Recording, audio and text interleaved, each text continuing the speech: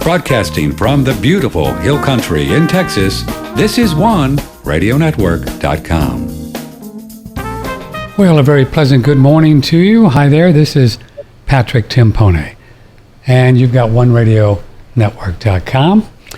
Hi there, it's a, Wednesday morning? Yeah, Wednesday morning, September 8th, 2021. Let me take this thing out of the way here. Move it down here somewhere. We're going to have a good time this morning. If you're interested in energy and some of the possibilities that are coming up on planet Earth, such as it is, I think you will enjoy this show. The gentleman you see, the picture to my left or my right or your right, whatever, is Thane Heins. Thane Heins has a company that he's been working with called rxresearch.com, and it's been about 20 years. We had Thane on the show about 10 years ago talking about this modality that he has brought into physical reality using the electromagnetic forces in the universe, if you will, to run cars and eventually to run homes and things like that. He's been working at it a very, very long time. And so we're just going to dig into it, find out what this is all about. And there's also going to be an opportunity for you to potentially profit from this venture with not necessarily an investment, but with what Thane calls karma points. And you'll find out what that's all about. Thane is in Canada, East Canada. Thane, good morning. Good morning, Patrick. How are you? I'm very good. The company actually is called Potential Difference. Oh, you want that one rather than RX Research? Yeah, I don't know where that came from, but it's Potential Difference. Oh, I can change it, right. So is it potentialdifference.com? No? .ca. Okay. We'll put that up there. Yeah, I looked for that this morning and I couldn't find it, but that's okay. Yeah, we don't have a website yet, so that's why I couldn't find it. So it's just Potential Difference. So that's kind of strange with this geeky energy thing. You don't even have a website. Why is that? Why is that? Well, I had a website, but then websites cost money to keep them up, and it just, sometimes you have to put the money where the money is most needed, and it wasn't in a website, and so the website came down. Yeah, I understand. That's the way it goes. Yeah, let's talk about big picture and see if I'm close here. You have developed over the last 20 years, and we'll get to how you came upon it, which is a fascinating story, a way to use the electromagnetic energy in the ethers, or which is everywhere, and convert it into motors that can be used for electric vehicles and also homes in the future. Is that close? I wouldn't say that that's close. Can you tell me then how to say it? Okay. Potential Difference has developed novel technologies that have the ability to tap into and harness electromagnetic field energy that is created in electric generators, in electric motors and transformers, and to use that created energy in new and beneficial ways. So if we talk about the electromagnetic field energy that's created in an electric generator, that electromagnetic field energy performs negative work, and it's colloquially referred to as electric vehicle regenerative braking. So the generator in an EV is decelerating a car when it's recharging a battery. Right. So the electromagnetic field energy created inside the generator is performing negative work and it's decelerating the car. So what we do and that's a sort of a parasitic reaction. And so what we're doing is we are using that exact same energy that's created inside the generator. It's electromagnetic field energy. It's created at the subatomic level, and we use that energy to perform positive work in our generator, in whether it's in an EV or whether it's in a electric power generation facility. And our generator performs positive work with that electromagnetic field energy. And in an EV, the result is that the electric vehicle is accelerated while the batteries are being recharged. So all of our innovations innocuously tap into and harness electromagnetic field energy that is created in electric generators, electric motors, and transformers. That's it in a nutshell. Yeah, that's pretty cool. So the difference is with a regular EV, you got to keep plugging into the grid. And do we call it an invention or a system? What's the best word? It's an innovation. Innovation. It's a U.S. patent. An invention is generally something that has a patent on it. So Mm-hmm. it's a U.S. patented invention. Mm-hmm. It's an innovation. It's a new technology. So you can call it an invention or an innovation or a technology. They all apply. Uh-huh. And so you're able, and you've proven this, to have a EV car just go, and you don't have to plug it in any longer. We have the technology integrated into an electric motorcycle, Mm-hmm. and we still have to plug it in, although currently we are able to recharge the e-bike while it's in driving mode, in cruise control, for example. We're able to recharge the batteries up to above 90%. So if we're able to achieve 100% recharge rate, then you'll never have to plug in the EV ever again. So And we're not quite there yet? We're not quite there, but we expect that we're going to get there. Mm-hmm. So yeah. So you're about 90% now? We are, in 2013, we integrated the technology into an electric scooter for an India company, Hero Electric. We were able to achieve 56% recharge rate while driving, and now we're above 90%.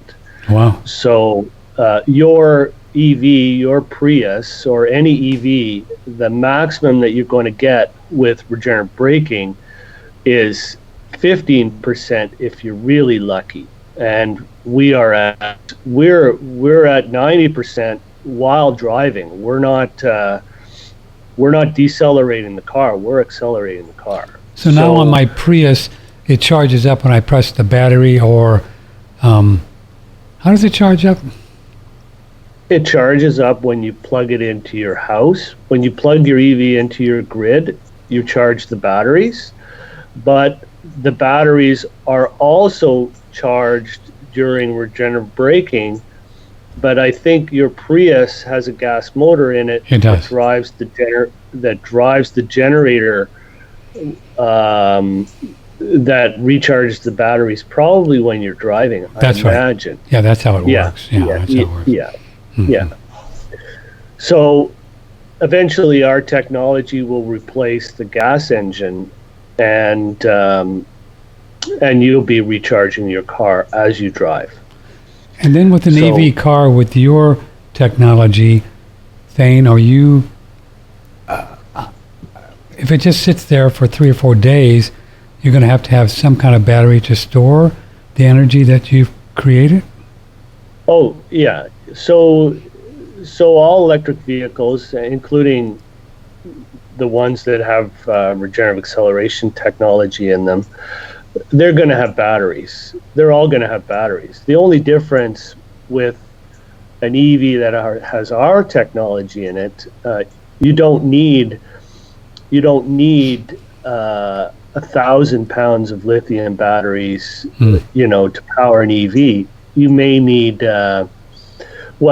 instead of 100 kilowatts, for example, you would only need 10 kilowatts.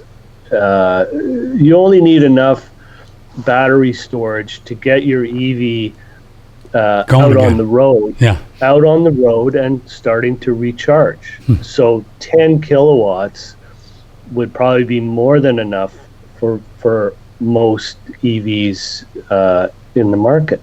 We're talking with Thane Heins. If you care to be on the show on this Wednesday morning, September 8th, you can join us via telephone with a question or a comment, 888-663-6386. Email patrick@oneradionetwork.com. So the device itself is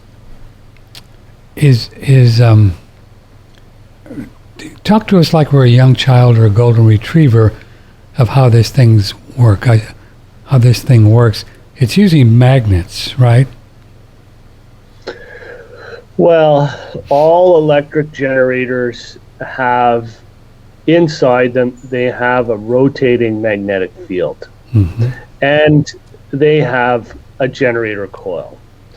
And the rotating magnetic field induces a voltage into the generator coil. And when the generator coil is connected to a load like a battery, electric current flows in the coil. And that electric current produces an electromagnetic field around the generator coil. That electromagnetic field that's produced around the generator coil, it's actually a form of energy. It's electromagnetic field energy. And this energy, this electromagnetic field energy, performs negative work on the rotating magnetic field. So that means it produces electromagnetic resistance. And in an EV, that electromagnetic resistance is referred to as regenerative braking. So our innovation, quite simply, does not produce the negative work. It does not produce the regenerative braking. It produces regenerative acceleration. So our generator, when it is in an EV, so an electric vehicle uses the kinetic energy of the vehicle, the inertia of the vehicle, to drive the generator. And in a normal EV, the generator reduces the kinetic energy of the EV. Whereas the RegenX generator, the regenerative acceleration generator, increases the kinetic energy of the EV. It accelerates the EV. So I think that's the most basic explanation that I can give. Right. So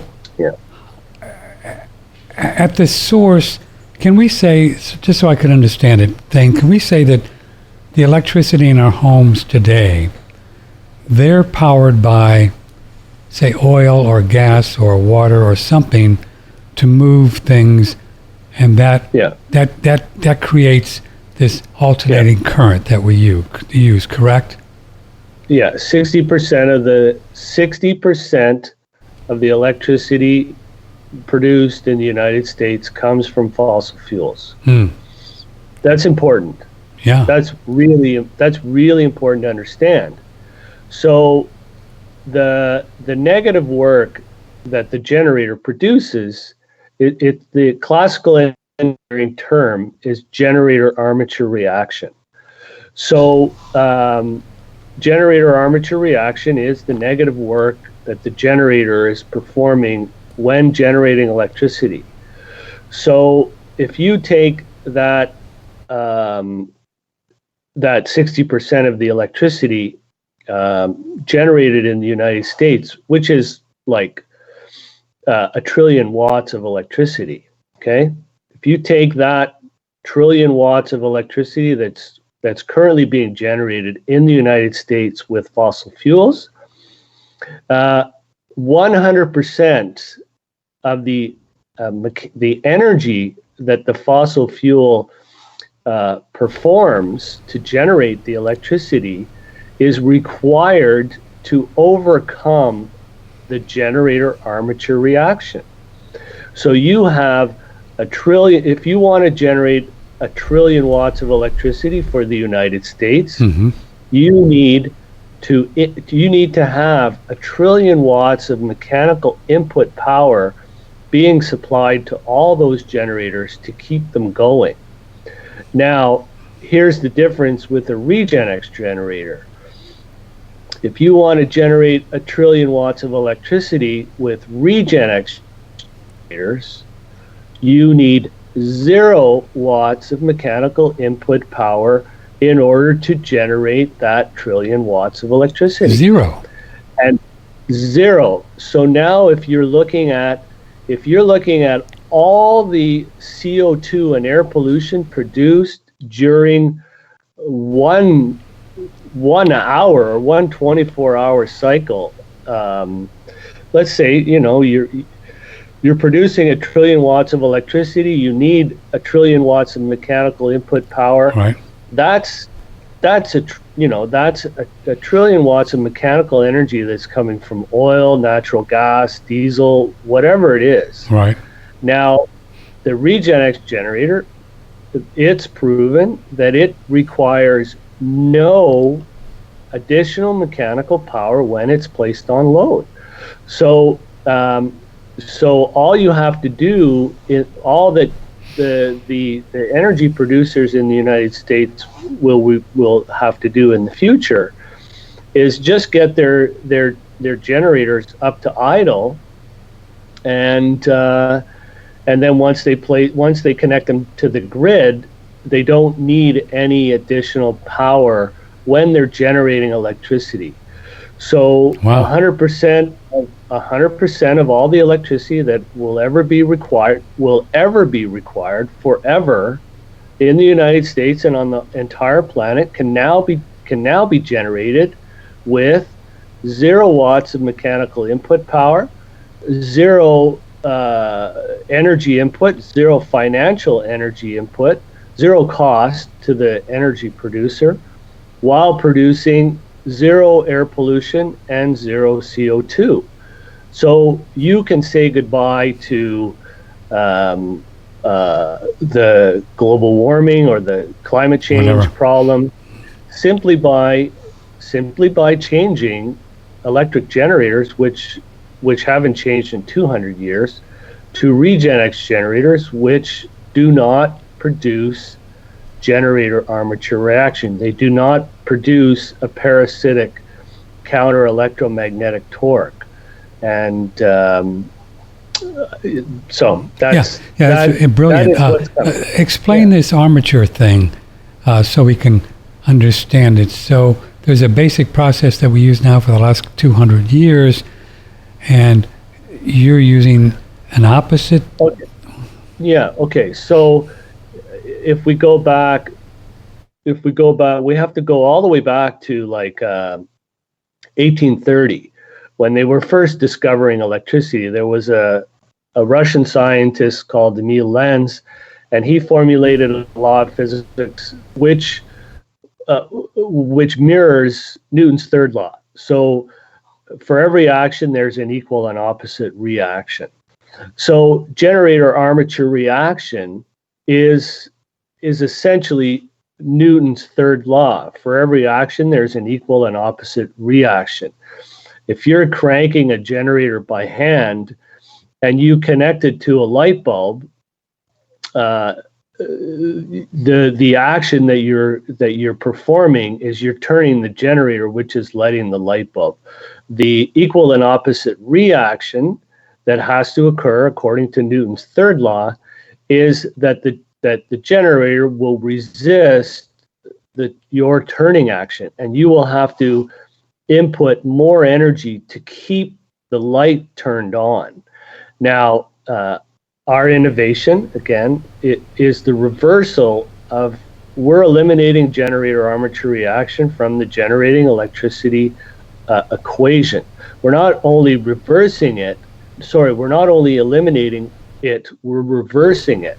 So now if you're cranking a Regenex generator by hand, same size generator, same output, same everything, when you connect the light bulb to it, it's going to get easier to turn. Easier rather than harder. Yeah, and the more light bulbs you turn on, the easier it gets to turn. Easier and easier and easier with versus harder with and a conventional generator. The more light bulbs you turn on, the harder it gets to turn. Until a certain point, if you have enough light bulbs on there, you will not be able to turn it. You'll probably break the crank, or you'll break the drive shaft, or something will break. Wow. Whereas with the Regenex generator, it just gets easier and easier and easier to turn, and that's so after a while with your technology, that turning process, which is done now with fossil fuels or a human or whatever, just for elucidation, doesn't have to be there any longer? Or do you always have to have something? Well, so let's just talk about a coal-fired power plant, for example. Okay, so if you looked at the 100% of the energy required to run the coal-fired power plant, 20% is required to idle the generators on no load. That's just to get them up to speed. Yeah. 20%. The other 80% is required to keep the generators running when you connect them to the grid. So when you go into that coal-fired power plant and you replace the generators with Regenex generators, which is going to happen starting in 2022, you're eliminating 80% of the energy input requirement for that coal-fired power plant. So now, if the power plant is generating a megawatt, for example, 1,000,000 watts, it will need, it'll need, let's say, 200,000 watts just to idle, and another 800,000 watts when it's generating electricity. And with the Regenex generator, you won't need that additional 800,000 mechanical input watts. That's taken out of the equation. So now the overall, the cost of generating electricity goes down by 80% across the board with fossil fuels, and the pollution produced goes down 80%. By 80% as well. Yeah. So are you always still going to need some kind of energy in the way of fossil fuels or other, maybe solar or something, to keep it going when it's idling? You need a certain amount of energy to establish the idling. It's called no load idle. You need energy. You need energy to establish that. But then once you're generating electricity, you don't need any additional electric or mechanical input. So now, if we're talking about wind turbines, okay, the problem with wind turbines is they're getting larger and larger, and because the generator is generating more electricity, the turbine blades have to get larger and larger in order to harness more wind to overcome the generator armature reaction, the counter electromagnetic torque that the generator is producing. So a wind turbine with a Regenex generator can now be 80% smaller, require 80% less wind, will cost 80% less money to produce, and will generate the same amount of electricity as a conventionally sized wind turbine. So now all of a sudden, the transition from fossil fuels to sustainable technologies like wind and hydroelectric and those types of electricity generation modes, now they become more viable because they require a lot less mechanical input power.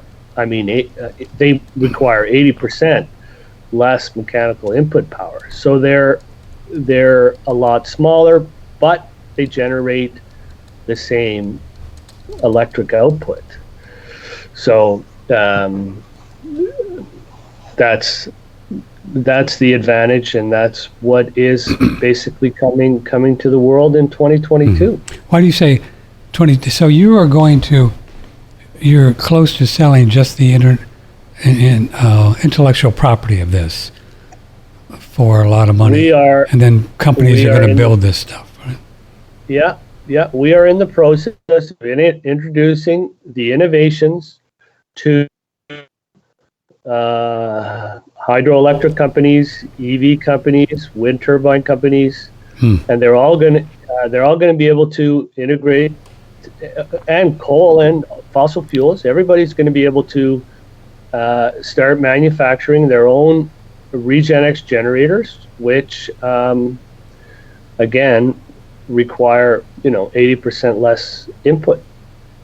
So this is kind of an interesting model that you've come up with, because you're not kicking out the fossil fuel people altogether. So maybe they won't feel so threatened, right? Well, if you're a fossil fuel guy and you have 100 years worth of fossil fuels left, and you're trying to get the maximum buck for your finite resources, now all of a sudden, with Regenex generators, now you have 500 years worth of fossil fuels. And not only that, your environmental footprint, your pollution and CO2 is now 80% less with these new generators than it was previously. So, and on top of all that, if you're using your own oil like Saudi Arabia is to generate electricity, now instead of burning your oil, instead of burning 80% of your oil to generate electricity, now you're burning 20% or less, and you're selling that other 80% to the world. So now, and on top of it, your oil, your coal, your diesel, your natural gas, whatever, is not going to be labeled as a environmental pariah. It's the effect that it's going to have on the environment is it's going to be virtually nil. So what we're doing right now is we're madly burning and stealing and doing whatever we can to get as much energy as we can to keep the machinery of our society working. And so we're doing all kinds of crazy things to keep that going. Now, if all of a sudden you realized that you had, 500% more time with that energy, you don't have to be rushing around. All of a sudden you have time. That's the big thing. we have time to transition to renewables, and we have time to continue to use what works, rather than just throwing it out the window, like President Biden would want to do, is, throw away all the fossil fuel cars and all the fossil fuels and label it as, environmentally destructive. It's not the fossil fuels are not environmentally destructive. The types of generators that we're using are environmentally destructive. So when you change that, then you change everything. Because they have to use so much thing to make it work. Yeah. Again, just rough numbers, a 1 megawatt coal-fired power plant needs to deliver a minimum of 1 megawatt of mechanical input watts to drive that, to produce that electricity. That's going to go down to, 0.2, 200,000 watts or less. So it's pretty significant. Yeah. Thane Heins is with us, if you care to join us. Patrick at oneradionetwork.com. We're live here, September 8th, 2021. Thane, stay right there. We're going to take a quick little break here and talk about a couple of products, and you stay right there. I don't know how to... Okay, hold on. I guess I can turn this down and still you'll hear me, right? Yeah. Pretty interesting, huh? Wow. Pretty fun stuff. You're going to have an opportunity to get yourself a few karma points in this technology and maybe make some money for you and your family through, and Thane will tell you how he's doing that, and the whole spiritual connection that we're going to get into after the break is really, really quite fascinating. One of our sponsors is called Shen Blossom, and you can go on the Shen Blossom link, the front page of One Radio Network, and you'll see some wonderful products. Here's a cool thing. It's called the Blood Purifier Aka Inoki, and you just do 3 or 4 drops of this puppy, once a week, and it really helps kind of clean up the blood a little bit. The Arise Male Potency Formula, which is very cool. We have the Shazandra and the Goji Berry formula. He has green teas in here. He has misos. He has coral seaweed, extra virgin olive oil, ginseng, the Grotein, really, really wonderful product. Grotein, protein nutritional products. The Hoshu Wu, the Grotein is just out of control. It's using bamboo pith as its first ingredient. So this is very youthing, anti-aging. He has 2 of them, the Essential Chlorophyll Protein and also the Total Nutrition Protein. And in the Total Nutrition Protein, bamboo pith, leaf, pinion nut, plantain, nettles, beet tops, and roots, cassia, chlorella, spirulina, aloe, pear tops, pumpkin seed, and on, as you see, just foods and herbs, and really just foods. So you can imagine how good this thing is for your body. Not this thing, but Total Nutrition Protein. Then they also have the Essential Chlorophyll Protein. First ingredient there is pumpkin seeds. And then bamboo leaf and chickweed, longevity spinach. These ingredients are just fascinating. Really cool. Just love the way he's doing these products. So this is all on Shen Blossom on One Radio Network. You can click and order. Just go to our website and go through there and look at all the different products. So if you spend some of your Federal Reserve notes, I think you'll have a good time here and spending your money here and having a real fun package come to your home and try these things. And I think you'll really, really enjoy it. That's Shen Blossom on OneRadioNetwork.com. Everything is in Myron glass, and of course everything is organic.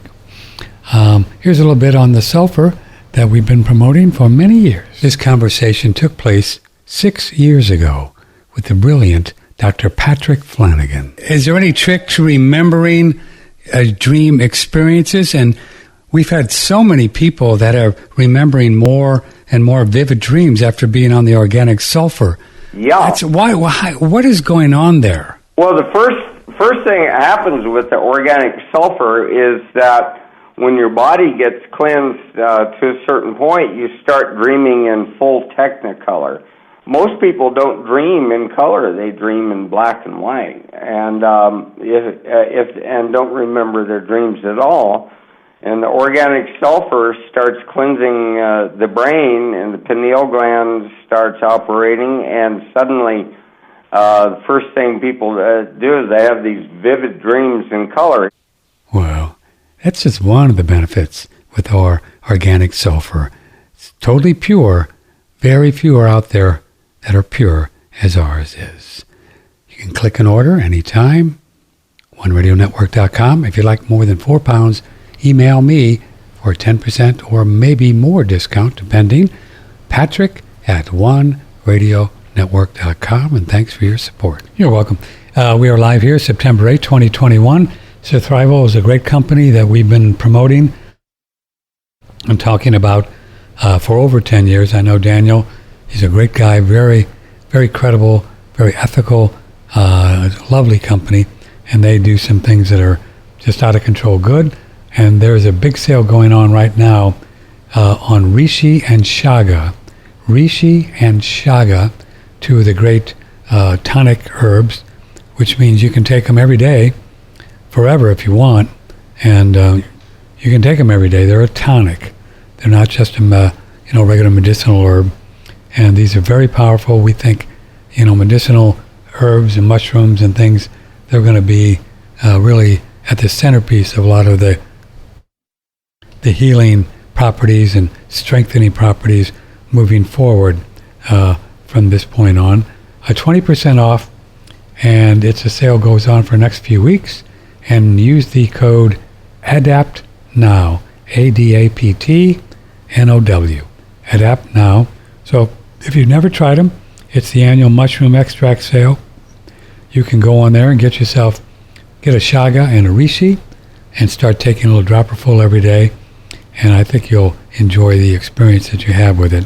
They're very powerful. Medicinal mushrooms have been used, well, forever, really. Mushrooms are magical kind of substances, really magical. 20% off, Adapt Now. Adapt Now is the promo code, any Thrival link, and that's on OneRadioNetwork.com. We're going to do we'll have the Friday show on Friday. We'll take the day off tomorrow, as we don't normally do, on Thursdays, and work on a screenplay, but then we'll see you back on Friday.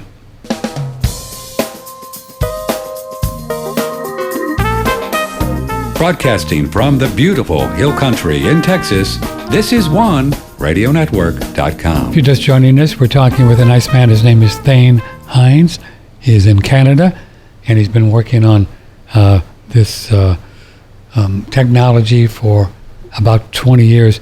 Let's go back and tell folks how you came upon this. It's just really quite fascinating. Thane, it all started around September 11, which we're coming up with an anniversary? September 11th is the anniversary of the catalyst that I would say jolted me out of my slumber and made me realize to what extent some people would go to in order to gain energy control on just energy control, certainly control or as much control of Middle Eastern oil as possible. So in 3 days or so, that's the anniversary. 9/11 is the 20-year anniversary. And so I realized that I realized that I was a beneficiary of the coalition of the willing, the invasion of Afghanistan and Iraq and so on. I was a beneficiary whenever I filled up my gas tank with gasoline, and I didn't feel comfortable in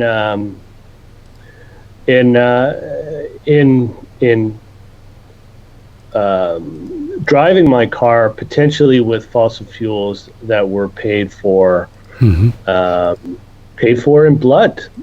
That was really the experience, and so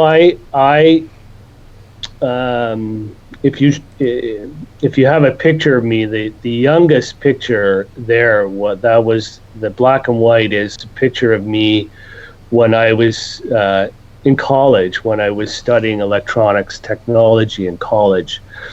And the teacher was introducing us to generator armature reaction. And I asked the professor, I put up I was a lousy student, but I was intuitive enough to know that when the teacher was introducing generator armature reaction, which is a counter electromagnetic torque, I put up my hand and I asked the teacher, the professor, where did the energy come from in order to perform the torque? Torque is work, and you need energy to perform work. So you can't have torque without energy. So I put up my hand and I said, where does the energy come from in order to create the torque? And the teacher couldn't answer the question. And so right around shortly after 9/11, when I was, filling up my gas tank with cheap oil that I imagine was being paid for with the blood of soldiers and civilians and so on. Right. I wanted to develop an energy source that didn't require these sacrifices, and so I we revisited the idea. I had I had already started at the clean tech company that I have. We were developing a water distiller. And so I went back to the drawing board and eventually went back to my days in my motor and generators class in college, and I decided that I was going to develop a generator that eliminated generator armature reaction or reduced it. The original goal was a 10% reduction in generator armature reaction. So that's a 10% reduction in the mechanical input power that's required to run a generator. That's that would be a significant breakthrough. Right. And just accidentally in 2007, I built a generator that when you placed it on load, it accelerated. And it wasn't supposed to do that. And it was supposed to decelerate. And for about 2 weeks, I tried to eliminate this funky accelerating generator coil from my prototype, and I couldn't do it. And then I thought, well, maybe it's useful. And so we took it to MIT. We went to Dr. Zan at MIT, and we said, what the heck is going on with our generator? Because it accelerates when you place it on load. It's not supposed to do that. Is there anything in the history books or the literature that can tell us what's going on? And Dr. Zan at MIT couldn't tell us. And so we went to Ottawa U. We were invited into Ottawa U. After I finished school, I worked at Ottawa U in their electrical engineering department. So we were invited to to continue our research in the Power Lab at Ottawa U under supervision of Dr. Habash. And we ran test after test after test, and we developed the backing theory for the RegenX generator. And some students, Dr. Habash brought some students in, 5 students, replicated the technology, wrote a paper on it, and once we were done at Ottawa U, we were working with software engineers at Siemens, and Siemens helped us identify to quantify the exact thing that was happening in our generators that doesn't happen in other generators. And when we came to that, then we used that as the basis to file our patents, and we have 3 U.S. patents that are granted and several more that are pending. So that's wow. So this generator is just a different design. So it's not really utilizing the electromagnetic kind of juice in the universe and spirit, or whatever you want to call it, that's just everywhere, that's unlimited. It's not using that at all? Well, how about if I explain it to you quickly, okay. Like as if you were a puppy. Okay. So if we look at an atom, okay, an atom is an atom is a proton and a neutron, and surrounding the atom atoms and molecules, everything in the universe is in, I'm going to use the term, perpetual motion. Okay, so everything, matter exists because physical matter exists because atoms and everything is in perpetual motion. So surrounding the nucleus of an atom is an electron or several electrons that are spinning, okay, that are rotating around the nucleus of the atom. When the electron spins and rotates around the nucleus of the atom, an electromagnetic field energy is created. Okay, it's created at the subatomic electron level. So when you have a wire, you have electrons that are spinning and rotating around the atoms that make up the properties of that wire. When you apply a voltage to that wire, a voltage is called an electromotive force, and the operative word is motive force. So the loose electrons, there's some tightly held electrons, and then there's some loosey-goosey guys that they're just loosely held. So they start to, when they experience this electromotive force, this voltage, which occurs in an electric generator, they start to cascade down the wire, and they produce electric current. And so these electrons, which are creating an electromagnetic field, when they start to move down the wire, their created electromagnetic field energy becomes externalized. Okay, it becomes externalized around the wire. And it's this externalized electromagnetic field energy that performs the negative work in electric generators that everybody is referring to now as electric vehicle regenerative braking. And electric vehicle regenerative braking is not, the braking, the quote unquote word braking is the wrong term. Electric vehicle regenerative braking is actually electric vehicle negative motoring. So the generator, when it's generating electricity, is actually acting as a motor, and it's turning in the opposite direction as the axle in the car is turning to drive the generator. So that's why it slows down the car. Mm-hmm. So what we do in our innovation is we just use that same electromagnetic field energy that's created at the subatomic level, and we've figured out a way to make our electromagnetic field energy perform positive work. So producing a complementary electromagnetic torque. And if it's Newton's fourth law, for example, Newton's fourth law would be for every action there's an equal and complementary reaction. So again, our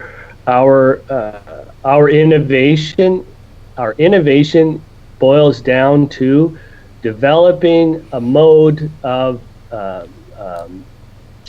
changing the negative work that's performed in all electric generators, and using that energy. And I'm going to say this is created energy. This is energy that's being created at the subatomic level, and it's externalized around the motor coils or generator coils. And we are using that same energy, that same created energy, to perform positive work. So the important aspect from a science perspective is the scientific community has been able to get away with ignoring the negative work that's performed by electric generators. They've been able to ignore it. But our innovation, because our technology performs positive work, now that brings in the question, which cannot be ignored anymore, which brings us all the way back to me sitting in my motors and generators class. Where does the energy come from to create now we're asking, when we went to MIT, where's the energy coming from to create the positive work, the acceleration? And there was no answer from MIT. And there was no answer from my professor in 1980. So where is the energy coming from? The original? It's the energy that is, it's the energy that's created by the electron when it rotates and spins around the nucleus of the atom. And that's everywhere, right? I mean, that's everywhere. Wow. That's everywhere. Now you know, New Agers and, you know, these types of people might want to say, well, you're tapping into and harnessing energy that's created in the vacuum, blah, blah, blah. I don't like that, because it doesn't. I want to pinpoint exactly where it's coming from, and I want to know exactly not only where it's coming from, but how to harness it. So we're doing it specifically in generators, motors, and transformers. And our RegenX generator, it operates at infinite efficiency. It's our transformer innovation operates at infinite efficiency. Infinite efficiency means that it provides an output, but it doesn't need energy on the input. right. So, Well, let me just say, first off, I'm not a New Ager. Secondly, I know that divine spirit, if you want to call it that, right, is driving everything from Patrick to Thane to squirrels to bees and trees and everything. Yeah. And it's always been here, right, Thane? And it always will be here. And it's endless because it's kind of a God thing. So, I mean, can it be argued this is really at the essence of your technology, but you don't talk about it in those terms because you think it's kind of scares people away a little, or? Well, no, I talk about everything to the audience. So, and the entire universe is held together. In my opinion, the entire universe is held together by electromagnetic field energy, Right. that is being created at the subatomic level. And so again, an electron that's spinning around an atom, okay, it is it is most likely held in place by the electromagnetic field that it's creating. And so now you can take that created energy, and you can now all of a sudden that's the entire universe. Yes, sir. And so the scientific community, one of their primary laws is the law of conservation of energy, which says energy cannot be created or destroyed. Now, what our research strongly suggests, it's almost irrefutable, that energy can be created and is being created. And the 200 years of the scientific community saying that negative work can be performed in an electric generator without energy, that's a false statement. So what the scientific community says when your Prius goes into regenerative braking mode, they're saying that the generator is performing negative work, but it doesn't need energy. And that's a direct violation of the work energy principle. That's a direct violation of another law of physics. So what now, when all of a sudden when your car goes into regenerative acceleration mode rather than regenerative braking mode, now that begs the question, well, where's the energy coming from to increase the speed of the car? Well, the simple answer is it's the same energy that is performing negative work, but it's just now performing positive work. So now all of a sudden, our research is not important from the standpoint of developing technologies, developing new widgets. That is just a happy consequence.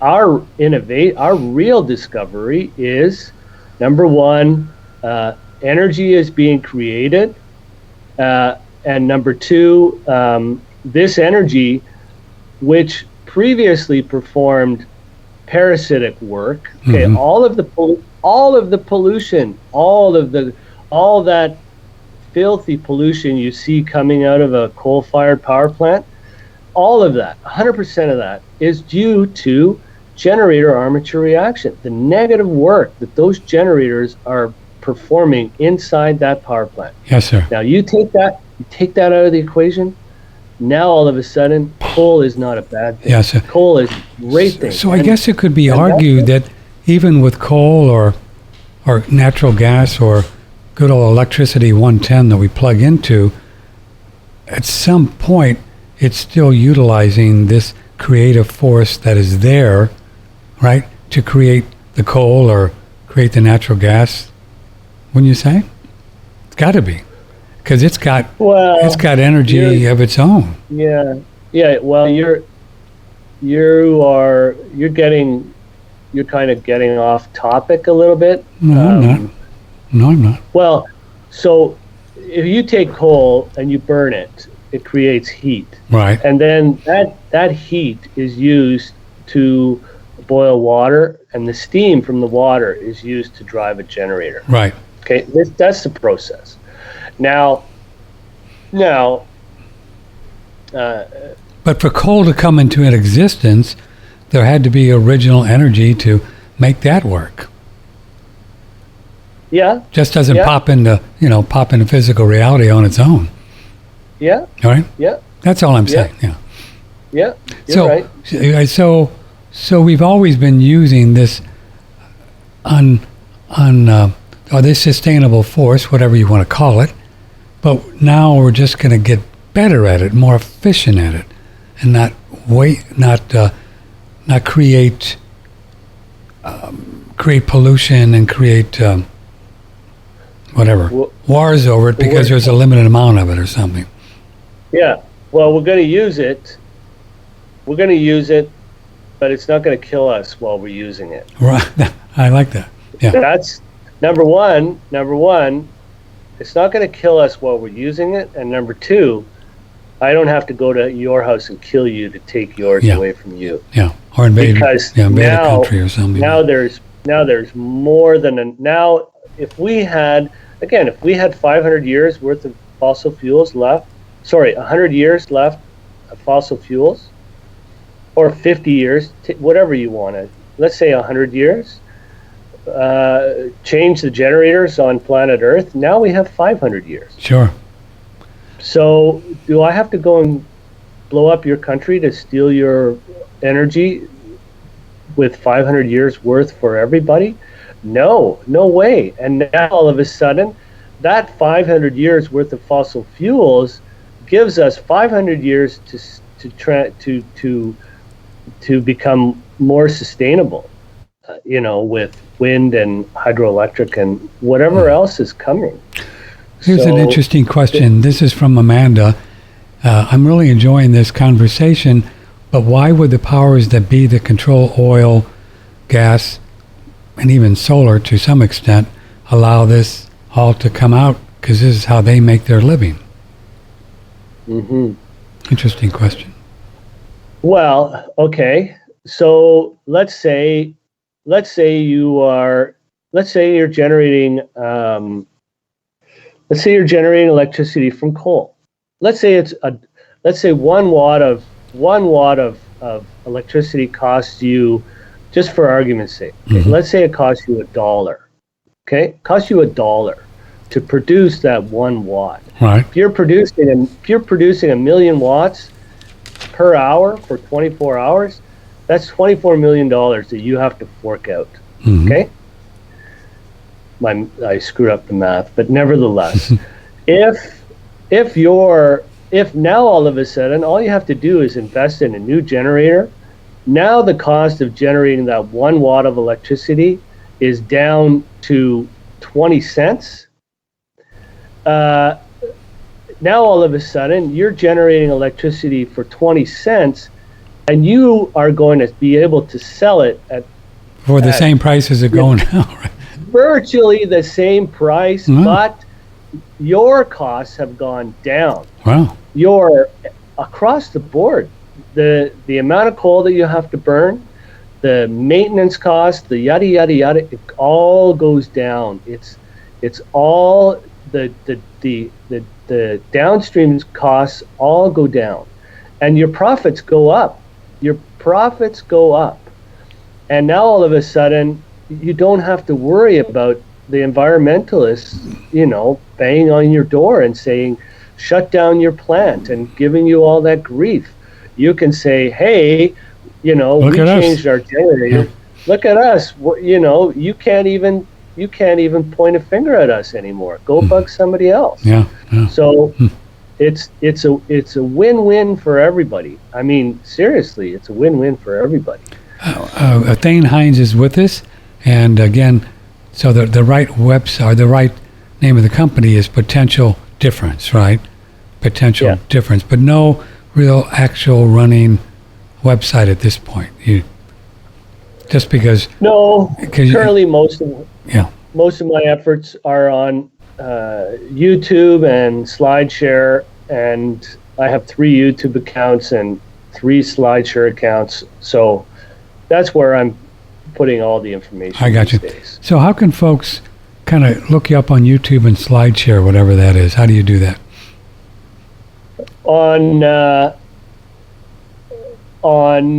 YouTube, you just type in Thane Heins. Thane Heins. There'll be 2 channels there, or Regen Extra is another one, and then on SlideShare, it's just Thane Heins. Okay. So, and they can find you there. This is OneRadioNetwork.com. Patrick Timpone. It's about 17 minutes after 11 o'clock, 17 after the hour. Here's an interesting question from Holly. How does your guest invention differ from what Tesla did?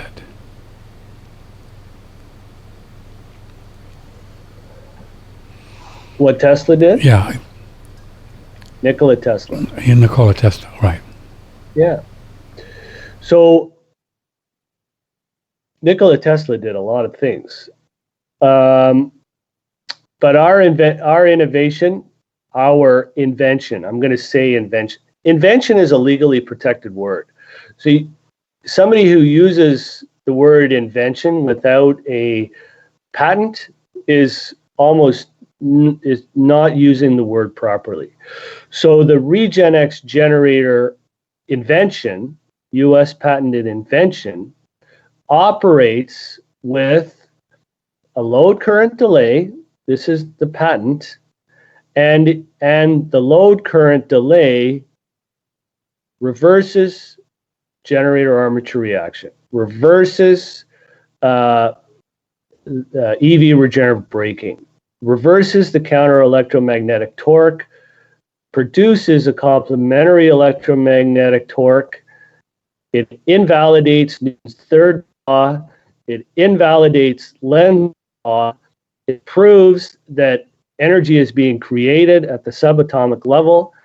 It allows generators, electric generators, and electric motors to operate at infinite efficiency. So Nikola Tesla didn't do any of those things. And we also are one of our innovations is the RegenX quantum motor. It's the world's first electric motor that performs work like every other electric motor, but it does not require any electric input power to be supplied to the motor coils while they're performing work. So that's a world's first as well. So again, if you have an invention, if you have something that's an invention, a patented invention, that means that nobody else did it before. If they did, you wouldn't be given a patent. So number one, Nikola Tesla did not prove that energy is being created. Oh, he didn't. No, Nikola Tesla said that energy is all around us in the quantum field. Right. And he said, when we figure out how to harness it, our world will be transformed. Well, hello, this is where we are. We are that what Nikola Tesla is going to happen is now happening.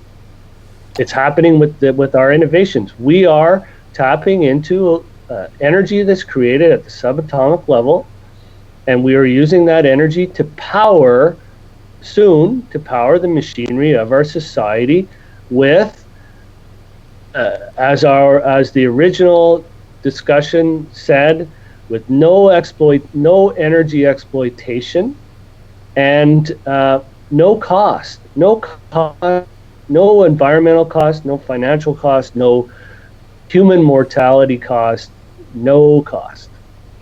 So Tesla predicted what we are talking about today on Patrick's show. Wow.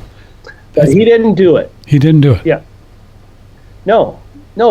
Tesla was operating according to Lenz's law and Newton's third law, and we are operating beyond the boundaries of Lenz's law and Newton's third law, and beyond the law of conservation of energy. So we're not saying, Tesla would say there's an infinite amount of energy in the universe, in between the atoms and molecules and yada, yada, yada, in the quantum field. That's what he would say. Mm-hmm. And we're saying, oh, yeah, that's true, but that energy is being created.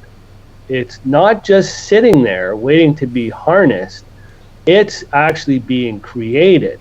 And the more you use, the more becomes created. So it's not like something that can be used up. It's the more you use, the more becomes created. It's infinitely abundant, infinitely renewable, infinitely harnessable by everybody, by every country, by everybody. You can't. The beauty is you can't hoard it. You can't squash it. You can't. And to answer the previous question, the powers that the so-called powers that be, right, they're not the powers that be. They just think they are. But when you rewrite the laws of physics, that transcends everything. Again, we're not just developing technologies. We are rewriting the laws of physics. When you rewrite the laws of physics, well, it's pretty hard to squash that. So, yeah. And everything is subject to change, right? I mean, and there's always another step in everything, in our understanding. Yeah. Yeah. Yeah. Right. So, you foresee a day when we'll have some kind of a small box and do the whole home, plug in your computers and big screen TVs and whatever, fridge, water pump? So currently we have 3 innovations. We have the RegenX generator that generates electricity, but it doesn't need any mechanical input power when it's generating electricity. We have the RegenX motor, and anybody that wants to see all these patents, you just type in Thane Heins patents, and it'll come up on Google, and you can read all the patents. And the other patent is the RegenX quantum motor. This is what I described as the world's first electric motor that performs work, but it doesn't need any electric input power. Wow. It harnesses this quantum energy. And when we combine all those 3 innovations together in a complete system, there's a pretty good chance that you won't need any energy source to run that device. It'll run itself, and be pretty cool, man, wouldn't it? That's what we're working. That's what you're working towards. I mean, the first step is going to be electric vehicles that don't need to be plugged in to recharge. Right. They'll be recharging themselves as they drive. And then when you get home, instead of plugging your car into your house, into the grid to recharge, you'll plug into your house or into the grid to discharge excess power in your battery. And sell it back to the grid. Sell it back to the grid or power your house overnight. If you had 10 kilowatts of battery storage in your EV battery, you could easily power your house overnight. And so that's probably what is going to come first, because that is easy for people to comprehend. I mean, if you had a Nissan Leaf, for example, that consumes 20 kilowatts at 60 miles an hour, we have commercially manufactured RegenX generator coils that can produce 1,500 kilowatts. So you need, if you had 20 of those coils in a Nissan Leaf in a RegenX motor, regenerative acceleration motor in a Nissan Leaf, well, you're generating more than the 20 kilowatts required to run the car. So you are going to be recharging in excess what you need to propel your car. So you're going to arrive at your destination with fully charged batteries. And so you can plug into your house, you can plug into the grid and get paid by the grid to discharge your surplus energy into the grid. Or when you get to your office, if there's a little microgrid there, everybody plugs into the microgrid and they power the office. So that's probably what we're going to see first. Right. Here's a good question. This is from Transla, something like that. But aren't EV vehicles very expensive? And what about all the combustion engines that are out there? Won't this take a long time to transition? And I can't afford an EV vehicle. The EV vehicles are expensive right now because of the I think, is it 2,000 pounds of batteries in a Tesla right now? 2,000 pounds of batteries? I don't know. Yeah. A $100,000 Tesla, at least $60,000 of that is for battery alone. Wow. No kidding.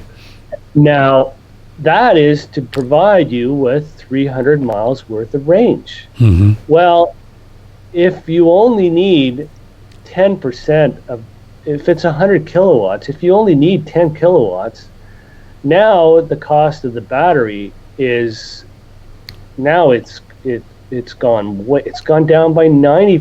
90%. Wow. So Wow. now the electric vehicle is much less expensive. That's number one. And number two, if it doesn't need to be plugged in to recharge, now there's an expense gone there. And if you don't need, and if you can actually sell energy to the grid, now you're making money by driving your car. And electric vehicles that are currently on the road today will be provided with RegenX aftermarket retrofit technology, so that they can enjoy regenerative acceleration. Now, for all the billions of internal combustion engine cars on the road today, we are developing what's called a quantum supercharger. So it's a quantum supercharger is designed for an internally combustion engine, and it is like any other supercharger that adds horsepower to the internal combustion engine while reducing the fuel consumption in the internal combustion engine by 50% or more, and reducing the cost of operation and reducing the pollution by 50% or more. That RegenX quantum motor is going to be hopefully entering the marketplace in 2022 as well. So now you can take that RegenX quantum supercharger, bolt it on to any internal combustion engine, and if you do it globally, now you've reduced potentially the cost of operation of an internal combustion engine by 50%, reduce the pollution by 50%, and anybody, just about the RegenX quantum supercharger on an internal combustion engine is going to pay for itself in no time. And so the whole idea is enhancing what we have, enhancing what we currently have, so that we can transition gradually, rather than rather than throwing everything up in the air and unplugging, doing what they did in Texas, which cost people lives, changing from shutting down all the coal plants because it just seems politically correct, while people freeze when there's an issue. So if you have a technology like this that allows across the board gradual transition and not complete upheaval, and on top of it, it's beneficial to everybody that touches it, then that's just wise. Yes, just a wise. good thing to do. Thane Heins is with us. Okay, we're going to do a little break, and then we'll come back, and you can tell us about karma points, right? We can get karma points? Mm-hmm. I want good karma points. I want some. Okay, so we're going to do that. Hold on. This is a great way to have kind of a workaround this electromagnetic fields that we get from cell phone towers, from Wi-Fi, 5G, and all that. And the science is there. These things are not easily accepted by the body. The body resists and creates problems. Will damage the tissues. There's a lot of good news coming out on the 5G front with RFK Jr. who has succeeded with a lawsuit that they are going into a 90-day period to have open hearings on these things, and the 5G people are going to have to present their evidence that they're safe, which they probably can't do. So we don't know. It's a great news that we got last week, but it's a big deal, and you can check it out on the Children's Defense Fund, I think, Robert F. Kennedy Jr.'s site, and we played a couple of videos. So, maybe we have already kind of dug in to have them change these things. Some people say that you can actually change the vibration or the whole thing with the 5G and make it safe. I'll ask Thane if he thinks that's possible. I don't know. It could be. But anyway, right now we have a technology out of Australia called Blue Shield that is very powerful. It works on the cells in the body, not to block you, and it changes every 30 seconds so your body doesn't get used to it, and it's very cool. I'll check it out. We're talking with Brandon Amalani about his great product, the Blue Shield. And the Blue Shield is the main product is a cube, and it doesn't block the EMFs as some people think, right, Brandon? That's correct. It doesn't. It's really about the communication of the device and the body. And what we figured out is how to communicate with the body and amp it up. So it's affecting the cell voltage, it's affecting the intercellular communication, and the most important part is that it's getting the body to stop fighting the EMF, which are repetitive signals in the environment. They're non-native, they're man-made, and the body raises white blood cell counts and attacks it like it's a virus, essentially. That's interesting. That's very, very different technology from most units around. Oh yeah, absolutely. This uses multiple scalar outputs, and it's really innovative, the scalar realm, because it's using crystal photonics or light to basically do this digital signaling that creates these longitudinal waves that move through time, space, and affect the subatomic structures between atoms. So as it moves and passes through your body, it's literally affecting the mental, emotional, physical, and spiritual components of what we're made up of. Well, as you can hear, this is interesting technology, very different, and working on the cells in the body. The Blue Shield, it's on our website, front page. Use promo code OneRadio, little cube, take care of the whole house. They also have a little personal guy you can put in your pocket or purse. Blue Shield, promo code OneRadio, OneRadioNetwork.com. Previously, with the highly credentialed Dr. Thomas Levy, he argues because the literature shows that oxidation is the cause of disease. But the whole point is the location, the concentration, the duration, the distribution of oxidized biomolecules determines 100% of all diseases. And so that's why I say oxidative stress doesn't cause disease. Oxidation is disease. Is disease. If there's no oxidized biomolecules, you don't have a toxin. The toxic effect is oxidation of biomolecules. That's the entirety of it. And by the grace of God, several months ago, George Wiseman said this about hydrogen. Hydrogen is the world's best antioxidant by a long shot. First of all, it's 700 times smaller than something like CoQ10, 400 times smaller than vitamin C, things like that. So it can literally the hydrogen molecule can literally go through everything in your body and go right into the very DNA and repair it. So now it makes sense why George was able to say this back in August 2019 with such conviction. The body accepts that gas and uses it to heal everything. It's like the fountain of youth. It's astonishing the amount of ailments. In fact, in scientific studies, and they have over 1,000 scientific studies now, they're showing that it either helps the body heal directly or indirectly from virtually every ailment that ails any water-based life form. Okay, I'm sold. And I was able to get one a couple of months ago thanks to your support. It's called the AquaCure Hydrogen Machine. Breathe the gas and bubble the water. There's a promo code OneRadio for 10% discount. I think a great investment for you, knowing what we know now. On OneRadioNetwork.com. Don't forget, then, we have a lifetime warranty. George does. And I've known George for a couple of years since that commercial is about 2 years old. So I've had my machine for couple of years and breathing it pretty much every day. And then you can drink the water. And give me the water to doodle too, my golden doodle. And a 1 year, no questions asked, money back guarantee. So if you get this baby, it's really interesting. I think you're going to feel some things at a deep level. We don't make any medical claims like it's going to cure this and cure that. We don't do that.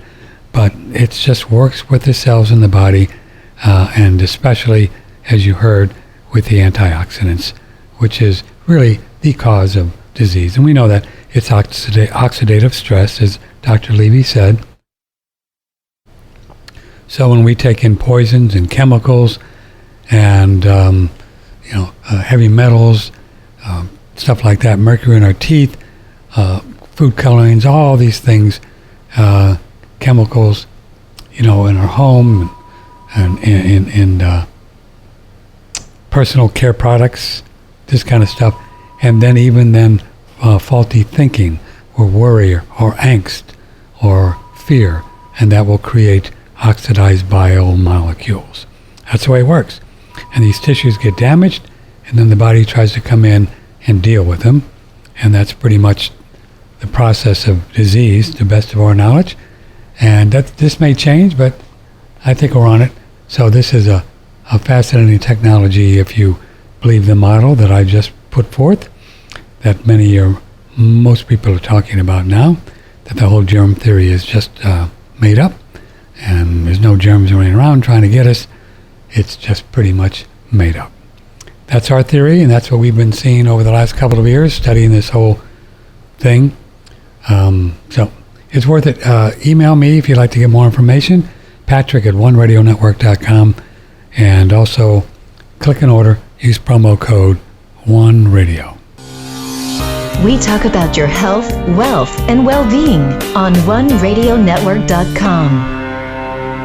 We are talking to Thane Heins. He's in Canada. Well, Thane, this has been great. I think we did a pretty good job. You did, explaining what your technology and invention is about, right? Mm-hmm. And your commercials there about the EMFs was there's some synchronicity there, because an electric vehicle is essentially an EMF generator that is isolated from ground on rubber wheels. So an electric vehicle, a person that's sitting inside an electric vehicle, sitting on 100 kilowatts of batteries, with motors potentially at every corner of the vehicle, all the EMFs being generated in that system are traveling through the vehicle, through the human beings, through the tissue, and it's not grounded to the earth. So an electric vehicle is essentially a Faraday cage on wheels. Yeah. And where obviously the humans are inside. A Faraday cage would protect humans from external electromagnetic field radiation. So your cell phone won't work inside a Faraday cage. But an EV is people sitting inside a Faraday cage with the EMFs all inside. So that's not good. That's not good. I think this is a dirty little secret of the EV industry that they don't want you to know Yes, about. sir. Haven't heard any studies on what's happening inside an EV. Right. But if you reduce the electromagnetic field radiation inside the EV, then you only have 10 kilowatts of batteries, and you're able to harness the electromagnetic fields in a more efficient way, which is what we're doing with our innovation. Wow.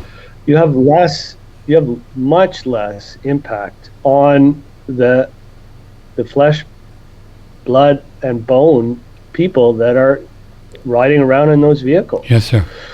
Yeah, So I've thought it's about that. important. This idea that, well, I thought, well, I'd never get a Tesla leaf, but even if I had 100 grand, I just can't imagine the electromagnetic fields are in there with their RF meter, right?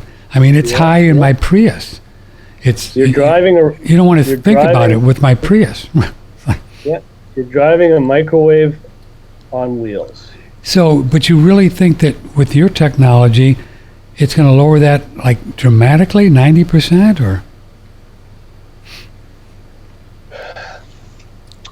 In the electric motors, it's going to eliminate it by 100%. Whoa. And so, if somebody goes, well, how does that work? Then just type in Thane Heins patents and look at the motor patent. So an electric motor that's in a Tesla, okay? Mm-hmm. The process of an electric motor is that you put energy into a motor coil.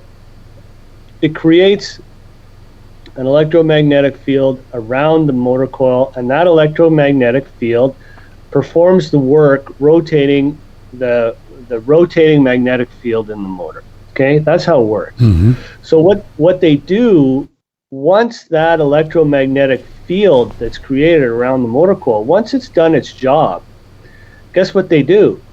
They throw it away. They put energy in to create the magnetic field, and then again, once it's done its job, they throw it away. So where does it go? Well, it goes into the car.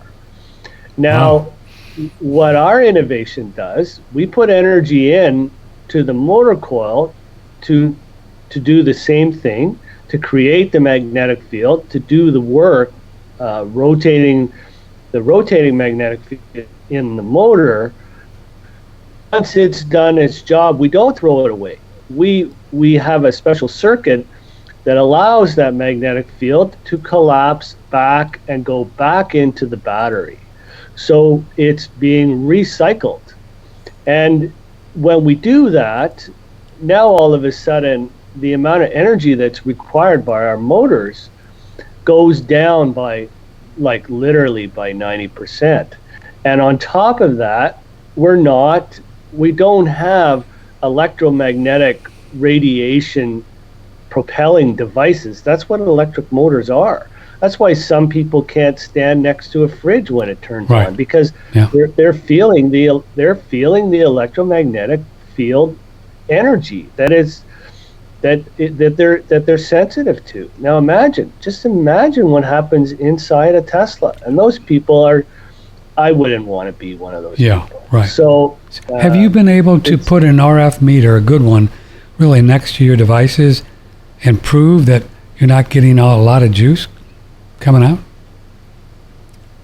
Well, we know we're not getting a lot of juice coming out because our RegenX EV traction motor, it performs mechanical work like any other electric motor, but it also generates electricity.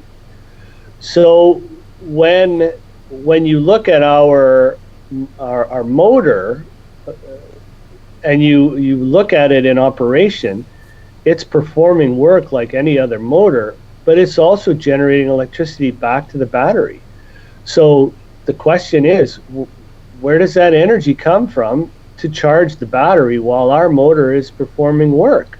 Well, it's because we're putting energy into the coil.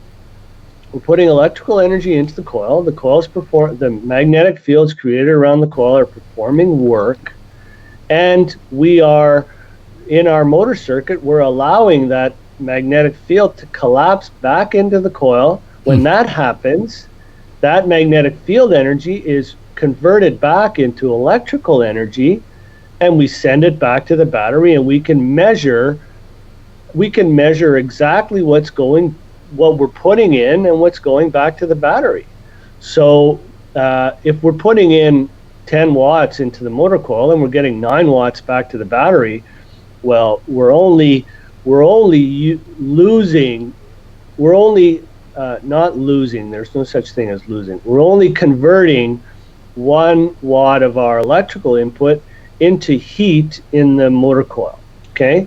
And and you can measure that too, just by looking at the temperature of the coil.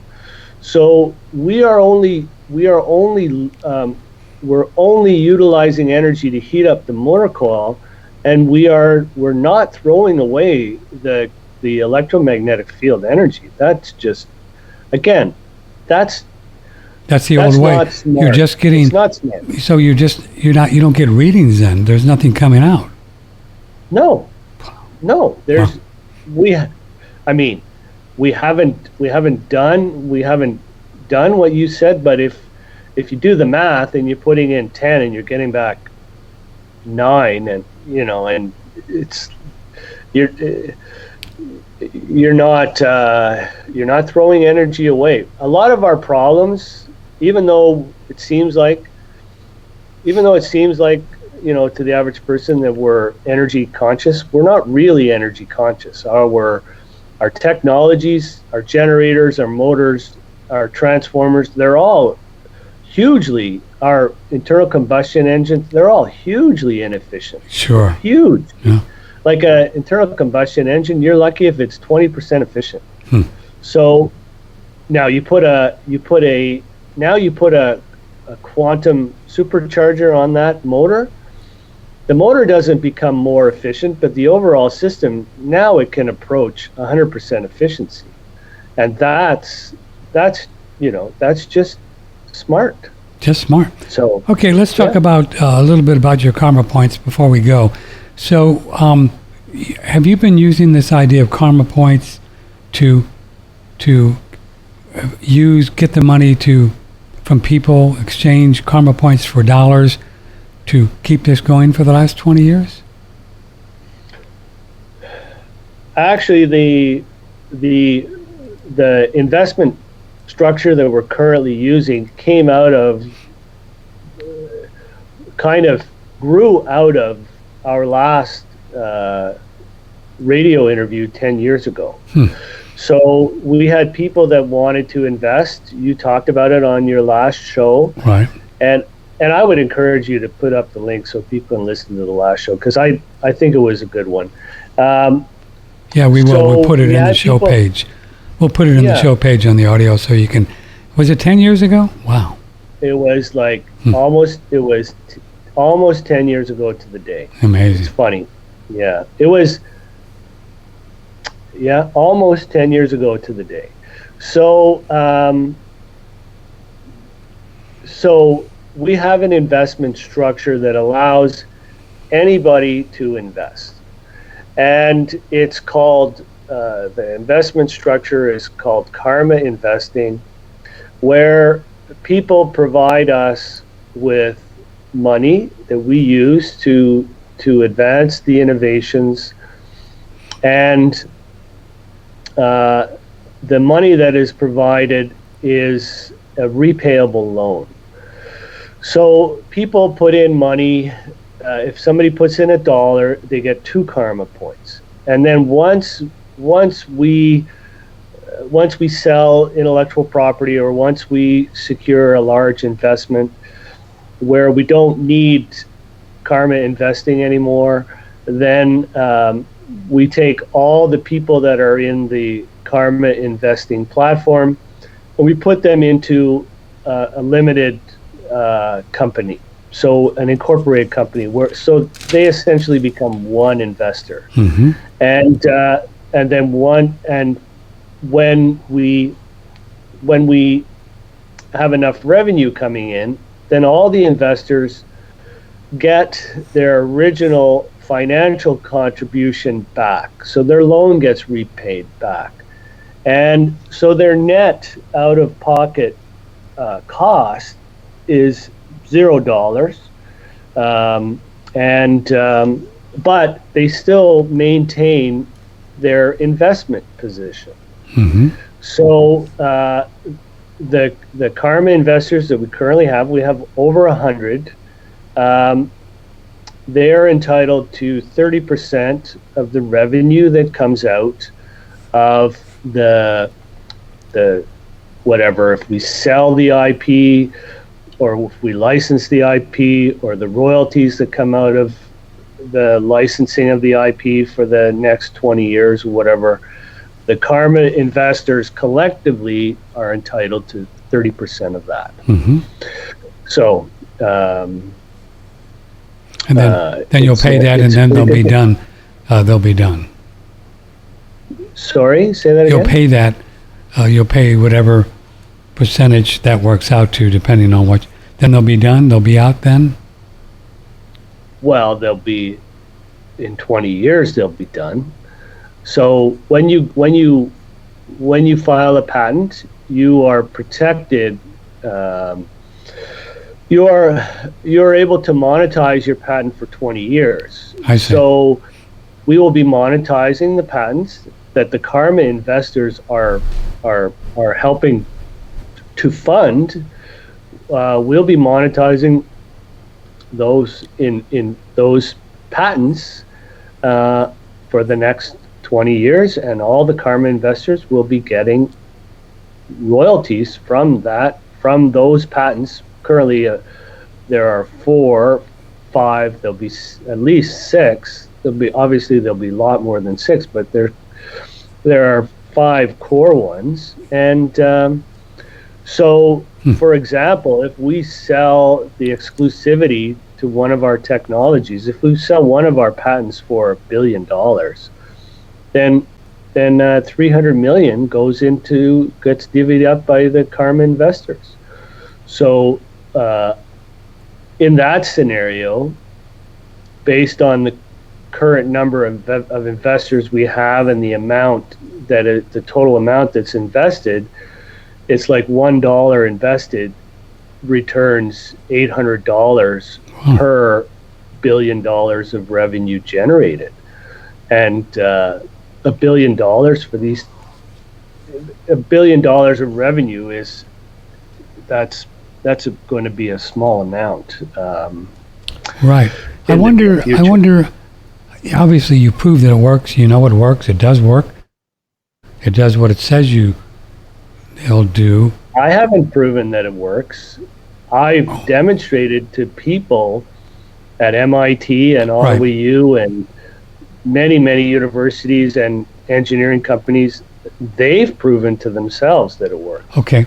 I wonder why then it takes that somebody, this kind of a thing seemed like, well, it'd be a no-brainer for a big company, whatever, to do it. What has been any kind of resistance, if I can use that word, of why it's taken so long? No.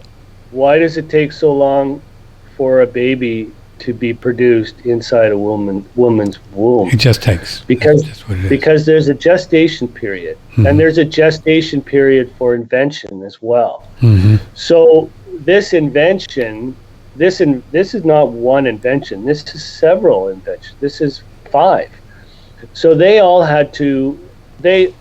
required their own gestation period to become mature before they could be born, and that's what takes the time. Yeah. And if you decide you want to kill the golden goose to get the gold, well, then you kill it. You can't. One of the hardest things was you can't go to market with your innovation too early, because if you do, then you're putting everything at risk. And so we collectively had to be patient enough to wait until everything was ready, and everything is ready now. Wow. It wasn't ready 10 years ago when I talked to you, although I was talking as if it was, but it wasn't. I never realized it would take this long, but it's taken as long as it needed to take. Right.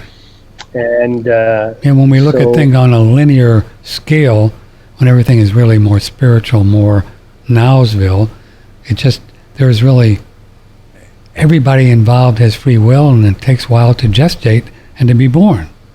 It just does, right? Just does. Well, from my perspective, I would just say the intellectual property the inventions, they had a timing of their own. Mm-hmm. And that timing was not my timing. The inspirations that I was tapping into came when the time was right. Mm-hmm. Like, you can't force inspiration. You just can't argue with the universe. You have to work with the universe. And if you are impatient, in a rush, or any of those negative things, well, you're shutting down the innovation. You're shutting down access to inspiration. Yes, sir. So I understand that totally. Yeah, I get that. Yeah, a lot of people say, "Why is it taking so long?" Blah blah blah. Well, it takes as long as it takes. That's all there. That's the only. Right. And again, the best innovation that we have right now, I would say, that almost anybody can understand is the regen. Like, not only understand, but knocks your socks off when you see it, is the RegenX quantum motor that performs work, but there's no electric input. It's like, how is this possible? And once you explain to somebody how it's possible, that's the basis for them understanding everything else. Yes, sir. So, and that just came about in the last 2 months. Wow. So here I am talking to you, and the RegenX quantum motor points the finger at exactly what I wanted to do right after 9/11, was discover a new source of energy that you don't have to kill and to get, and you don't have to kill to protect. Right. Boom, it's right there. Boom. Yeah. That's what we're talking about. Yeah. It's beautiful. It's a beautiful thing. It's just great. Well, I really appreciate all of your time. Tell folks how they can do this whole Karma Point thing. Do they email you, or how do you do it?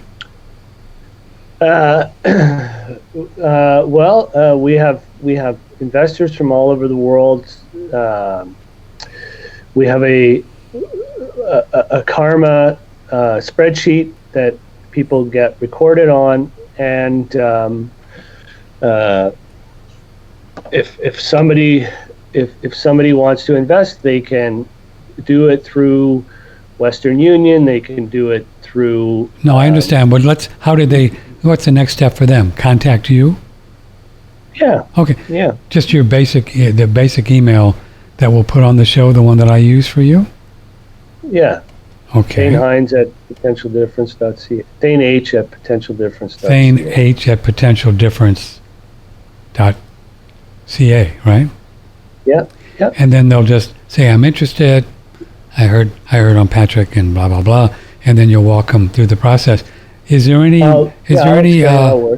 minimum or maximum people can invest? No. No? Well, that's cool. It's whatever you want, and yeah. It's whatever you want. I like that. It's pretty easy to do, pretty easy to set up for the person investing. Yeah. Yeah. And you call them Karma Points because? Karma, well, because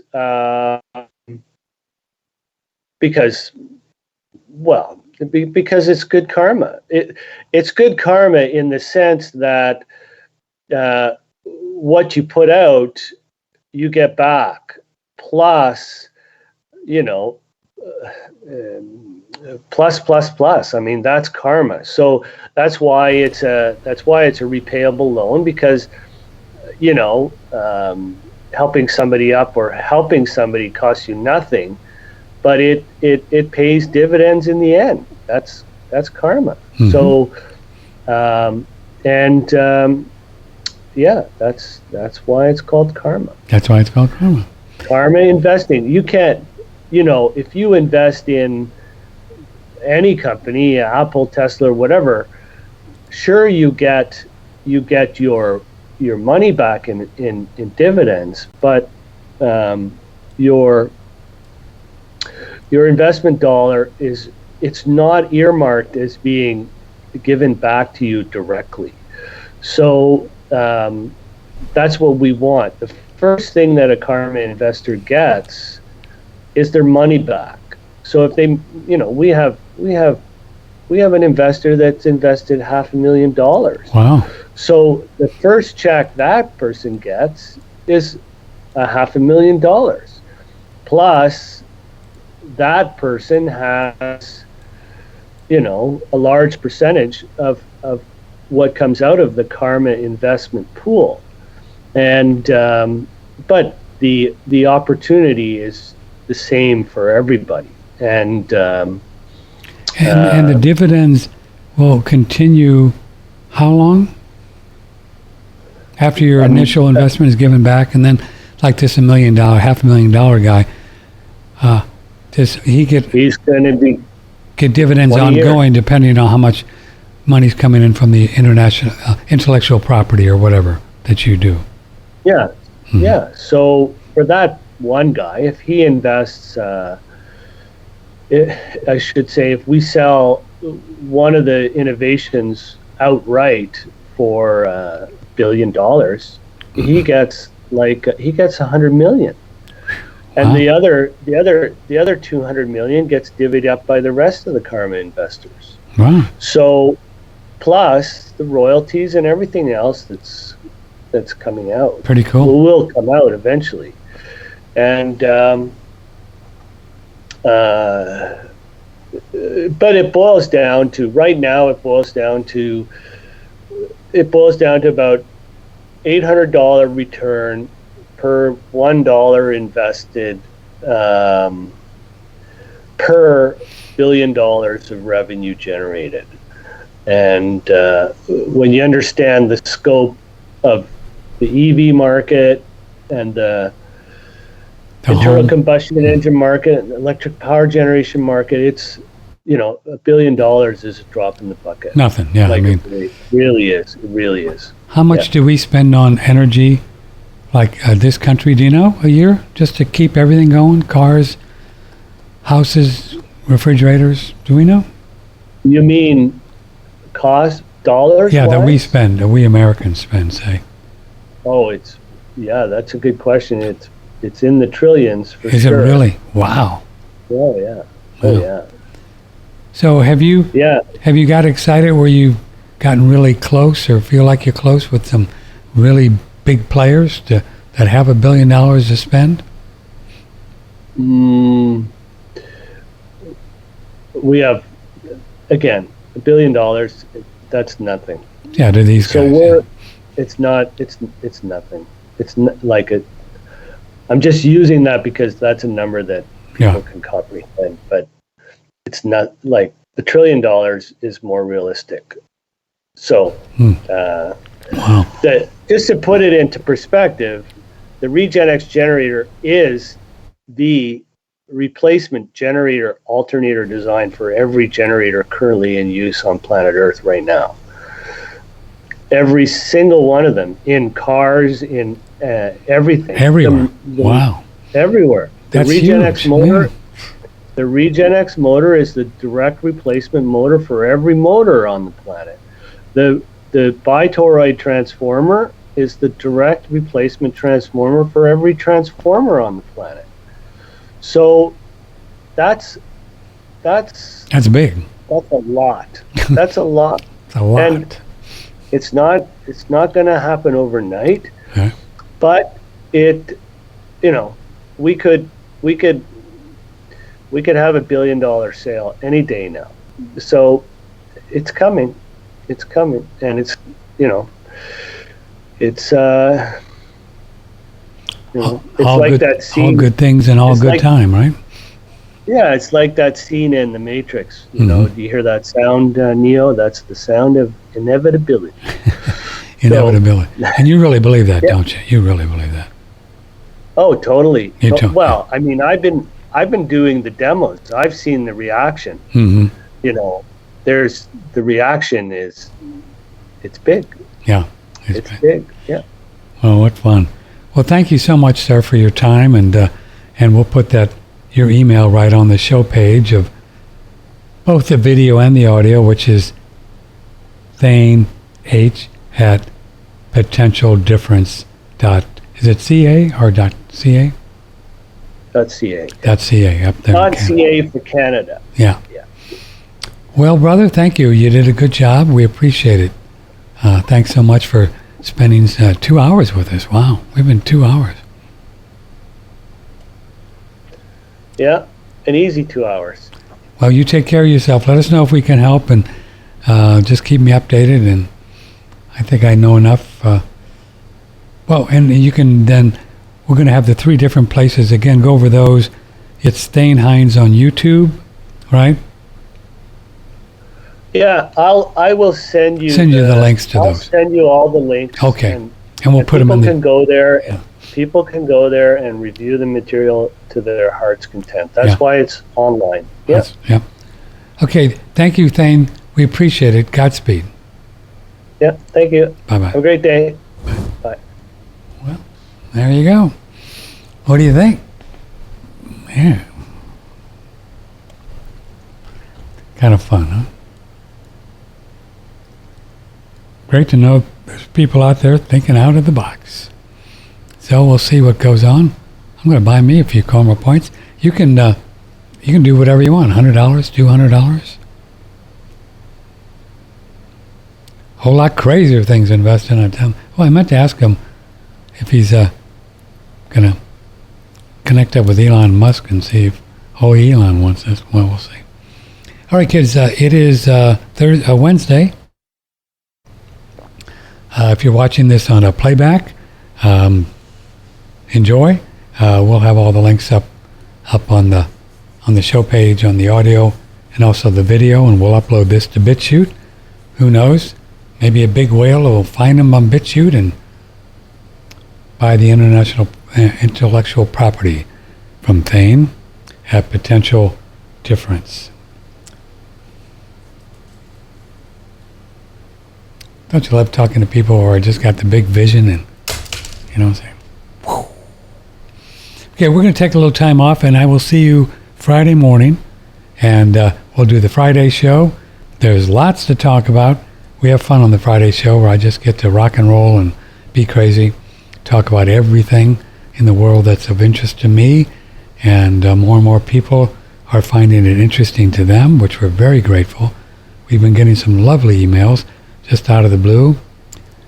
No accidents about that. They really enjoy the spiritual, mental, emotional, and the big picture things we've been talking about of late over the last few months, of how everything all ties together. And I think it's some really fun stuff that I download from God or wherever, and I think it's good stuff.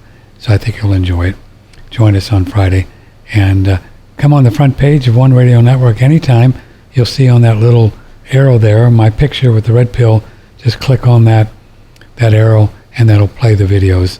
Some people are having a hard time playing it. We're going to check into that. I don't know why it doesn't work as easy as it should, but we'll figure it out. So I love you all very much. Thank you. Take care of yourself. We'll see you Friday at 10 o'clock Central Time. Let me know if I can help with anything. Patrick at oneradionetwork.com. Patrick at oneradionetwork.com. May the blessings be. You take care now, and you'll be fine. We are listener supported. One Radio Network.